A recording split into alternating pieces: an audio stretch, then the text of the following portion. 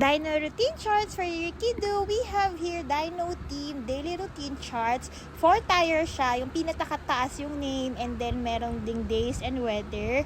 And then other parts, first, second, third. Ay, hindi. Second, third, fourth.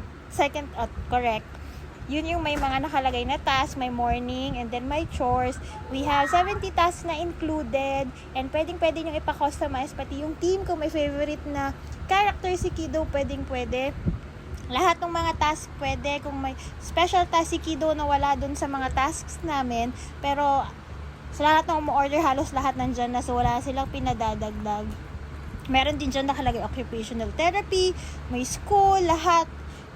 And pwedeng pa-customize just in case lang na need. And then, pina-add rin ni ma'am itong clock, movable clock, and writing board. Erasable writing board with red and blue lines. Ayun, pwede